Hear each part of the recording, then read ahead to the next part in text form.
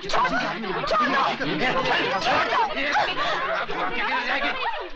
छोड़ दे, मैं कह रहा हूं छोड़ दे, छोड़ दे, बोल रहा हूं। तुम लोग लड़की को ले जाओ, मैं इसको संभाल लेता हूं। चल चल।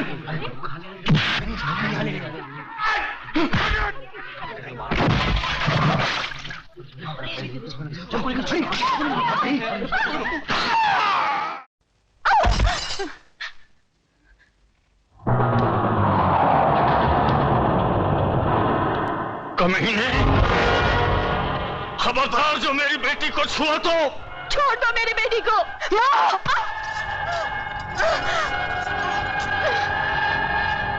बहुत उछलता है ना अपने कलम के जोर पे, हाँ? कुछ भी लिख देता है अपने अखबार में, क्यों? लिखूंगा, जरूर लिखूंगा। अगर जिंदा रहा तो तुझ जैसे गद्दारों के खिलाफ जरूर लिखूंगा। हाँ, लिखना, जरूर लिखना। कल के अखबार में ये नाटक भी लिखना। हराम के, मैं आज तेरी आंखों के सामने तेरी इज्जत की धज्जियां उड़ा दूंगा।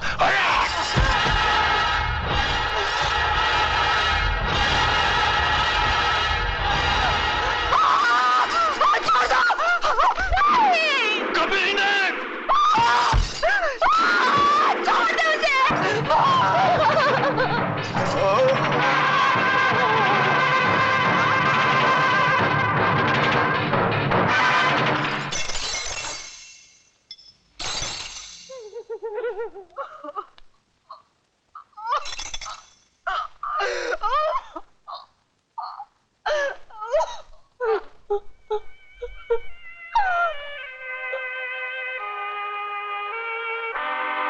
हराम के, देख लिया अपनी गलती का नतीजा।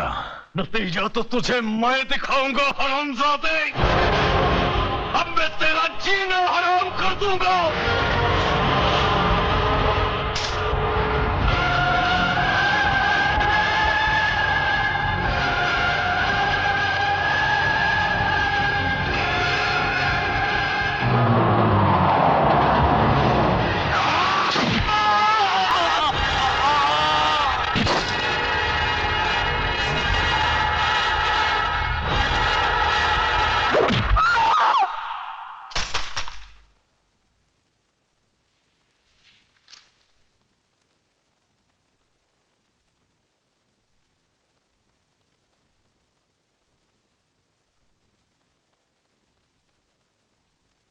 जज साहब, शायद आपको याद होगा, आज से 3 साल पहले ये गोल्ड मेडल आपने एमके गांधी लॉ कॉलेज की first class first student Megha Dixit को अपने हाथों से पहनाया था।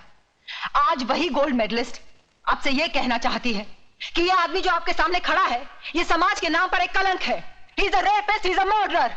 इसने मेरे साथ बलात्कार किया है, मेरी आंखों के सामने मेरे माँ बाप को काट दिया। इस आदमी को हमारे समाज में रहने का कोई हक नहीं है, your honour. Objection, your honour. Please let me finish. Mister Mirchandani, इन्हें बोलने दीजिए। मैं जानती हूं मिस्टर मिर्चंदानी क्या कहने वाले हैं, क्योंकि कानून की सारी किताबें मैंने भी पढ़ी हैं, और मैं ये भी जानती हूं कि किताबों में जो भी लिखा होता है वो कोर्ट और कचहरी में नहीं होता। अब मिस्टर मिर्चंदानी मुझसे गवाह मांगेंगे, सबूत मांगेंगे, जिनकी खोखली बुनियाद पर यह कानून टिका हुआ है। हर ये तो उन वकीलों में से है जिनका पेशा यही है कि सच को झूठ और झूठ को सच कैसे बनाया जाए। इनका कोई भरोसा नहीं। ये तो ये भी कह सकते हैं कि उस हादसे के दिन चतुर सिंह इस मुल्क में ही नहीं था। Exactly, your honour. तो फिर देर किस बात की है? वो नकली पासपोर्ट, नकली टिकट, नकली होटल का बिल जहां चतुर सिंह ठहरा था, वो जज साहब को दे दीजिए ताकि जल्द से जल्द फैसला हो जाए। वो सारे सबूत इस फाइल में मौजूद है, योर ऑनर। ये रहे वो सारे सबूत जो इन्हें निर्दोष। Brilliant mister Mirchandani, brilliant.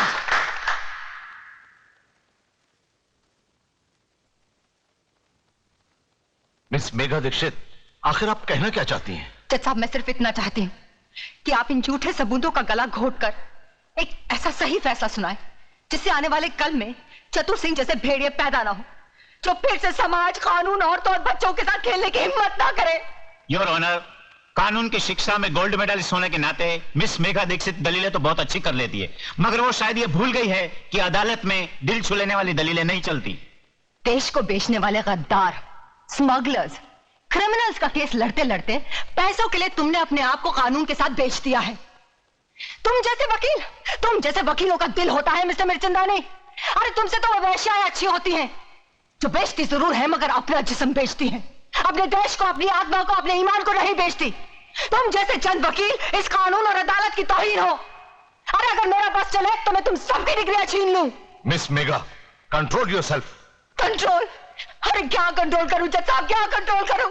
अरे एक नारी की इज्जत लुट जाने के बाद भी अगर उसे रो रो कर अपने इंसाफ की भीख मांगनी पड़े तो शर्म आनी चाहिए ऐसे कानून को और उसके रखवालों को। मिस मेघा, यह अदालत की तौहीन है। तुम इंसाफ मांगने आई हो या छीनने? जज साहब, किसने कहा कि इंसाफ मांगने से मिलता है? अरे इंसाफ ना ही मांगने से मिलता है और ना ही छीनने से। आज तो इंसाफ बिकता है, सिर्फ बिकता है। इसीलिए चतुर सिंह जैसे वैशी दरिंदे अपना सीना तान कर समाज में घूमते हैं, कानून को रुमाल समझकर अपनी जेब में रखते हैं। Your honour, miss Megha Dixit बिना मतलब की बातें करके अदालत का वक्त जाया कर रही है, इसलिए मैं अदालत से रिक्वेस्ट करता हूं कि अदालत अपना फैसला सुनाए। अरे ये क्या फैसला सुनाएंगे? क्या फैसला सुनाएंगे? ये फैसला मैं सुनाती हूँ। तमाम गवाहों के बयानात और सबूत की बिना पर अदालत इस फैसले पर पहुंची है कि श्री चतुर सिंह जनता के सेवक बेकसूर है, इसलिए इन्हें बाइज्जत बरी किया जाता है। ये नाम का फैसला जज साहब। मेरी बात सही निकली। जज ने उन झूठे गवाह और खोखले सबूतों की बुनियाद पर चतुर सिंह को छोड़ दिया और मैं अदालत के कटहरे में खड़ी अपने देश के अपाहिज कानून को देखती रही।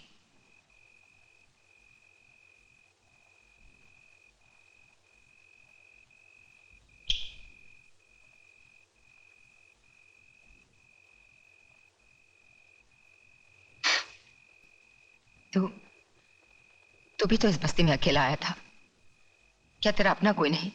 है ना, माँ है या नहीं मालूम नहीं। और तू?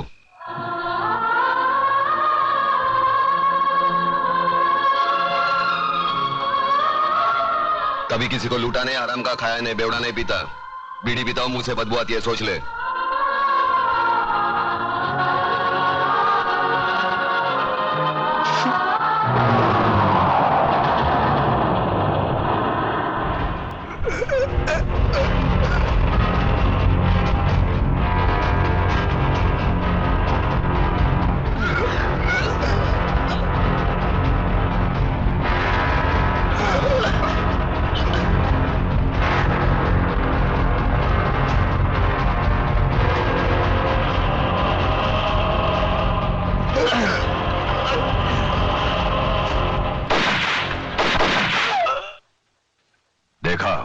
मारे गए ना?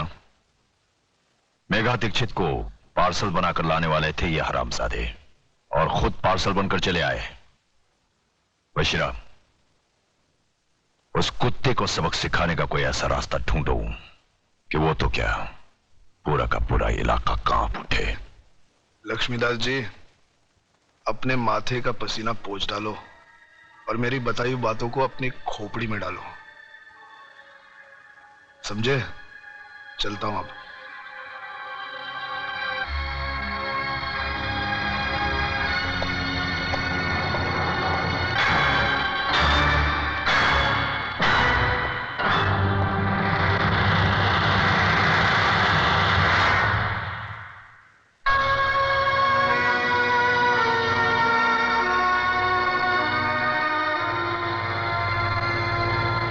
क्या बात है बापू, कौन था वो आदमी?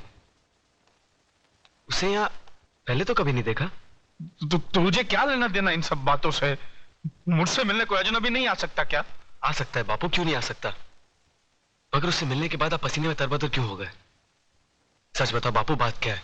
कोई बात नहीं है, चिंता की कोई बात नहीं है इसमें। आपकी लड़खड़ाती जबान ये बता रही है मुझसे कुछ छुपा रहे हैं। बापू, अगर आपने सच नहीं कहा ना, आपको अपनी इकलौती बेटी की कसम है। कोई बात किसने कहा तू मेरा इकलौता बेटा है? 2 बेटे हैं मेरे, छोटा तू है और बड़ा प्रताप है।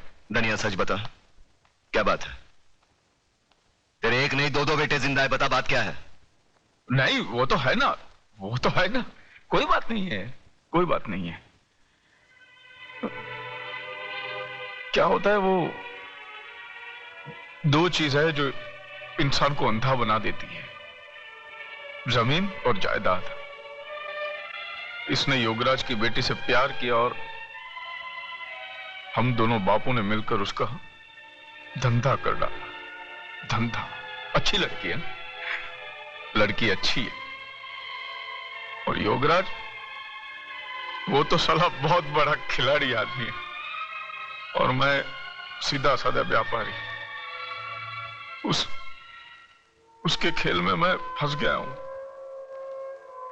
अब इस खेल में या तो मेरी बस्ती जाएगी या मेरी जिंदगी जाएगी। नहीं बापू, हमारे होते आपको कुछ नहीं होगा। कौन है वो लोग, नाम बता। अरे बेटा, उन लोगों की ताकत का तुझे अंदाजा नहीं है। सारा शहर उनके सामने सर झुका के चलता है। वो अपनी हैसियत नहीं है। अरे हैसियत की बात छोड़, तू पहले मुझे उनका नाम पता बता दे। बताऊंगा, बाद में बताऊंगा। तू जाके चाय बोल पहले। जाके चाय बोल जा।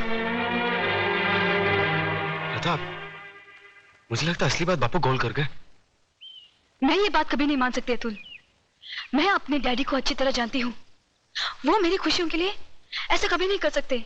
और फिर धन दौलत की हमें क्या कमी है? ममता, अगर तुम अपने डैडी को अच्छी तरह जानती हो तो मैं भी अपने बापू को अच्छी तरह जानता हूँ। वो आदमी जिंदगी में कभी झूठ नहीं बोलेगा। मुझे तो डर है कहीं अपने प्यार को। हमारे प्यार को कुछ नहीं हो सकता अतुल, कुछ नहीं। और एक बात मेरी भी सुन लो, अगर मेरे डैडी ने हमारे प्यार का सौदा किया है तो मैं अपने प्यार के लिए सब कुछ छोड़ सकती हूँ और सब कुछ